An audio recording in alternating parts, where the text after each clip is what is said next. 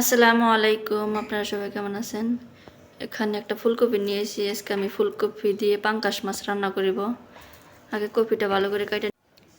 ফুলকপিটা কিন্তু আমার কাটা হয়ে গেছে, এখন পানিতে ধুয়ে নিব। ধোয়া হয়ে গেছে, এখন হালকা করে সিদ্ধ করে নিব। আর এদিকে কিন্তু ফ্রিজ থেকে মাছটা বের করে নিচ্ছি, বরফটা সাইডে গেছে। এখন এর মধ্যে দিয়ে দিব লবণ। লবণ দিয়ে মাছটা ভালো করে মাখাইয়া ধুয়ে নিব। মাছটা আমার ধোয়া হয়ে গেছে। যেহেতু মাছটা আমি ভাইজা রান্না করবো, তার জন্য মশলাতে মাছটা মাখাই নিচ্ছি। এখন ভাইজা নিব। মাছটা কিন্তু ভাজার জন্য বসাই দিয়েছি। আর এদিকে কপিটাও সিদ্ধ হয়ে গেছে। ফুলকপিটা আমি চুলার থেকে নামিয়ে নিয়েছি।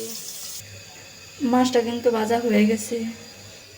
এখানে কড়াইতে তেল দিয়েছি, তেলটা গরম হয়ে গেছে। এর মধ্যে দিয়ে দেবো মরিচ পেঁয়াজ। মরিচ পেঁয়াজটা হালকা ভাজা নিব। এর মধ্যে দিয়ে দিব রসুন বাটা। রসুনটা হালকা ভাজা নিব। দিয়ে দিব হলুদের গুঁড়ো।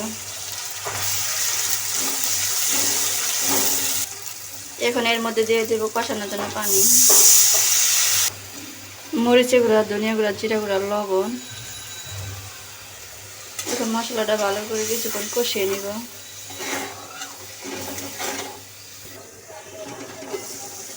মশলাটা কিন্তু কষানো হয়ে গেছে।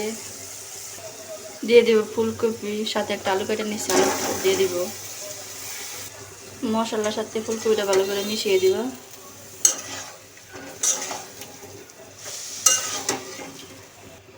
মেশানো হয়ে গেছে, কিছুক্ষণ কষিয়ে নিব।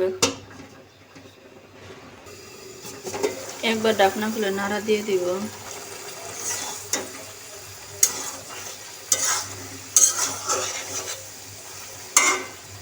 আর কিছুক্ষণ কষিয়ে নিব। কষানো কিন্তু হয়ে গেছে, এখন দিয়ে দিব ঝোলের জন্য পানি। ঝোলটা দেওয়া হয়ে গেছে, এখন ঢাকনাটা ঢেকে দিব। ঝোলটা ফুটে আসছে, এর মধ্যে দিয়ে দেবো মাছ।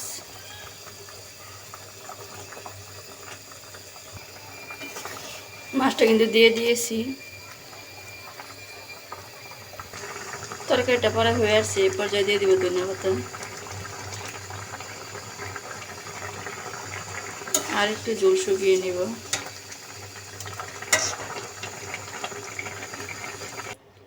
তরকারিটা আমার হয়ে গেছে, এখন চুলা থেকে নামিয়ে নিব।